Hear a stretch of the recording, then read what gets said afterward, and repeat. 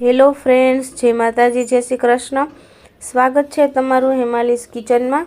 તો આજે આપણે રેસ્ટોરન્ટમાં મળતો 180 રૂપિયાનો ઢોસો માત્ર 40 રૂપિયામાં બનાવીને તૈયાર કરીશું। તો આપણે ઢોસાનું ખીરું છે એ પણ આપણે દાળ કે ચોખાને આખી રાત પલાળ્યા વગર ઇન્સ્ટન્ટ માત્ર 5 જ મિનિટમાં બનાવીને તૈયાર કરીશું। તો વિડીયોને અંત સુધી જરૂરથી જોજો। જો મારી ચેનલને સબસ્ક્રાઈબ ના કરી હોય તો સબસ્ક્રાઈબ કરી દેજો અને બેલ આઇકન પ્રેસ કરી દેજો, જેથી કરીને મારા નવા વિડીયો તમારા સુધી સૌથી પહેલાં પહોંચે। તો ચાલો શરૂ કરીએ।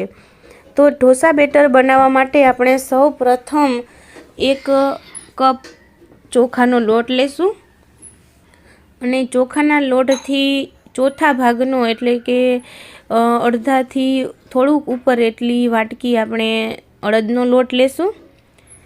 તો આ બંને લોટ માર્કેટમાં આસાનીથી મળી જાય છે। તો હવે તેને આપણે મેં અહીંયા 1 કપ જેટલી છાશ લીધી છે। તો આપણે પહેલાં સૌપ્રથમ છાશથીને જેટલું થાય તેટલું લોટને આપણે મિક્સ કરીશું।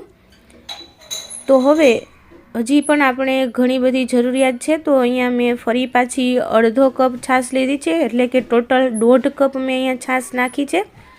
જો તમારી પાસે કપનું મેઝરમેન્ટ ના હોય તો તમે વાટકીના મેઝરમેન્ટથી પણ કરી શકો છો। છાશ ઉપર નીચે થાય તો કોઈ પ્રોબ્લેમ નથી। તો હવે અહીંયા આપણો આટલું જ લોટનું થયું છે મિક્સ। તો આપણે હવે વધારાનું જેટલું પણ જોશે તેટલું આપણે પાણીનો ઉપયોગ કરીશું। તો હવે અહીંયા આપણે પાણી નાખતા જશું અને ઢોસાનું જેટલું થિકનેસ હોય તેટલું બેટર આપણે બનાવી લેશું। તો તમે જોઈ શકો છો સરસ મજાનું બેટર આપણું તૈયાર થઈ ગયું છે। તો હવે આપણે આ બેટરને કલાકો સુધી રાખવાની જરૂરિયાત નથી, માત્ર 15 મિનિટના રેસ્ટથીને જ આપણે આ બેટરનો વપરાશ કરી શકીશું। અને આ બેટરમાંથી તમે સોફ્ટ એકદમ સ્પંજી એવી ઈડલી પણ બનાવી શકો છો। તો હવે તેમાં આપણે સ્વાદ અનુસાર નમક એડ કરી દઈશું અને સરસ રીતે મિક્સ કરી લેશું। તો તમે માત્ર 10 જ મિનિટમાં ઢોસાનું બેટર તૈયાર કરી શકો છો અને તમારી ઈચ્છા અનુસાર તમે જ્યારે પણ ઈચ્છો ત્યારે ઢોસાને બનાવી શકો છો। તો હવે એક ડીશ ઢાંકી અને સરસ 15 મિનિટ માટે આપણે તેમને રેસ્ટ આપી દઈશું। તો હવે 15 મિનિટ થઈ ગઈ છે। તો આપણું બેટર પણ સરસ રીતે સેટ થઈ ગયું છે। તો તમે જોઈ શકો છો સરસ મજાનું આપણું ઢોસાનું બેટર બનીને તૈયાર થઈ ગયું છે। તો હવે તેમાં અડધી ચમચી જેટલો ખાવાના સોડા એટલે કે આપણે જે મીઠા સોડા કહીએ છીએ એ નાખીશું। તો આપણે બેકિંગ પાવડર નથી નાખવાનો, બેકિંગ સોડા નાખવાના છે, જે આપણે ભજીયા માટે ઉપયોગમાં લીધા હોય।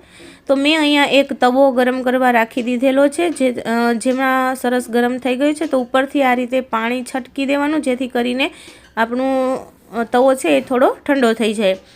તો હવે આ રીતે આપણે બેટર નાખી અને તેમને ફેલાવી લેશું। તો અહીંયા મેં આ ઢોસાનો તવો છે એ એક વેસ્ટેજ લોખંડની પ્લેટમાંથી મારા હસબન્ડે બનાવી આપ્યો છે। તો તમે આ જો તમારી પાસે તવો ના હોય તો તમે નોનસ્ટિક આપણે જે નોર્મલ જે આપણે નોનસ્ટિક તવી હોય છે તેમાં પણ બનાવી શકો છો, તેમાં કોઈ ફરક પડતો નથી। તો હવે અહીંયા આપણો ઢોસો સરસ રીતે ઉપરથી સુકાઈ ગયો છે। તો મેં અહીંયા 1 ચમચી જેટલું બટર એડ કર્યું છે। તો તમે હોમમેડ બટર પણ ઉપયોગ કરી શકો છો, જે આપણે નોર્મલ છાશમાંથી બનાવેલું હોય। ત્યાર પછી તેમાં લીલું લસણ એડ કર્યું, ત્યાર પછી થોડા કેપ્સિકમ, થોડી ડુંગળી અને થોડું ટમેટું એડ કરી દઈશું, જેને મેં આ રીતે ઝીણું સમારી લીધું છે અને સરસ રીતે આપણે બટરમાં મિક્સ કરી લેશું। તો આ દરેક શાકભાજીને આપણે આ ઢોસાની ઉપર જ કૂક કરવાના છે। તો આ રીતે સરસ મજાનું આપણે બટરમાં મિક્સ કરી લીધું છે। તો હવે અહીંયા 1 મોટો ચમચો મેં શેઝવાન ચટણી નાખી છે। તો તમે શેઝવાન ચટણી કોઈ પણ કંપનીની યુઝ કરી શકો છો અને 1 ચમચી આપણે ટમેટો સોસ નાખીશું અને સરસ રીતે એકદમ મિક્સ કરી લેશું। તો તમે જોઈ શકો છો સરસ મજાનો કલર અને ટેસ્ટ પણ એકદમ સરસ આવે છે। તો હવે તમને કદાચ ખબર પડી ગઈ હશે કે આપણે કયો ઢોસો બનાવીએ છીએ। તો જો તમને ખબર હોય તો તમે કયા સિટીમાંથી જુઓ છો અને કયો ઢોસો આપણો બને છે તે મને કમેન્ટ બોક્સમાં જરૂરથી કહેજો। તો હવે આપણે આ રીતે દરેક શાકભાજીને આપણે વ્યવસ્થિત રીતે ફેલાવી દઈશું। તો આપણે આખા ઢોસાની ઉપર સરસ મજાનું ફેલાવી દીધું છે અને તમે જોઈ શકો છો તેમાં બબલ્સ પણ આવવા લાગ્યા છે અને એકદમ સરસ આપણા શાકભાજી કૂક થવા લાગ્યા છે। તો સરસ મજાનો આ ઢોસો બનીને તૈયાર થાય છે।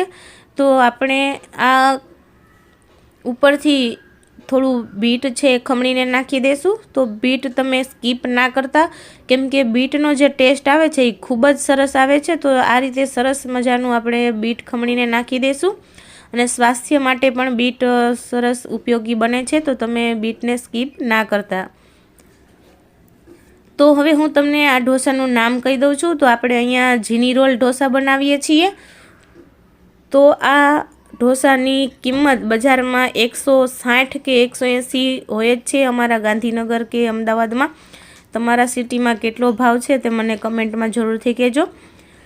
તો આપણે માત્ર 40 રૂપિયાના ખર્ચથી આપણે આમ સરસ મજાનો ઢોસો બનાવીને તૈયાર કરીએ છીએ। તો હવે આપણા શાકભાજી સરસ મજાના કૂક થઈ ગયા છે। તો હવે ઉપરથી આપણે થોડું ચીઝ ખમણી લેશું। તો આ રીતે ખમણીની મદદથી આપણે ઉપરથી ચીઝ રાખી દઈશું। તો આ રીતે સરસ મજાનું ફરતી બાજુ ચીઝને સ્પ્રેડ કરી દઈશું અને સરસ કૂક થવા દઈશું ચીઝને પણ। તો તમે જોઈ શકો છો એકદમ સરસ બબલ્સ છૂટે છે અને એકદમ શાકભાજી પણ કૂક થઈ ગયા છે અને ચીઝ પણ આપણું સરસ મેલ્ટ થઈ ગયું છે।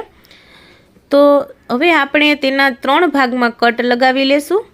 તો આ રીતે તમારી પાસે પીઝા કટર ના હોય તો તમે ચપ્પુની મદદથી પણ કરી શકો છો। તો આ રીતે આપણે સરસ મજાના કટ લગાવી લેશું અને ગેસની ફ્લેમને બંધ કરી દેશું। અને આ રીતે આપણે જે રેસ્ટોરન્ટમાં રોલ વાળેલો હોય છે એ રીતે આપણે પણ રોલ વાળી લેશું। તો જોઈ શકો છો ને કે નીચે કેટલો મસ્ત કલર આવ્યો છે અને એકદમ જ રેસ્ટોરન્ટમાં મળતો જ ઢોસો બનીને તૈયાર થયો છે અને ટેસ્ટ તો એટલો સરસ આવે છે કે વાત જ જવા દો। તો તમે સરસ મજાનો જીની રોલ ઢોસો ઘરે જ તમે તૈયાર કરીને એન્જોય કરી શકો છો, એ પણ માત્ર 15 મિનિટના બેટરમાંથીને। તમારે કલાકો સુધી દાળને પણ પલાળવાની જરૂર નથી અને તમને જ્યારે પણ ઈચ્છો ત્યારે આ ઢોસાને બનાવી શકો છો। તો સરસ મજાનો આપણો જીની રોલ ઢોસો બનીને તૈયાર થઈ ગયો છે। તો તમને મારી આ ઢોસાની રેસીપી કેવી લાગી તે કમેન્ટ બોક્સમાં જરૂરથી કહેજો અને મારી ચેનલને સબસ્ક્રાઈબ કરી દેજો અને વિડીયો જો ગમ્યો હોય તો વિડીયોને લાઈક અવશ્ય કરજો।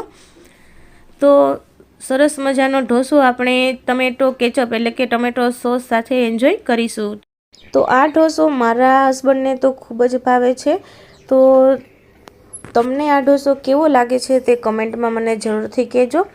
તો મળીએ ફરી પાછા નવી રેસીપી સાથે। ત્યાં સુધી બધાને રાધે રાધે।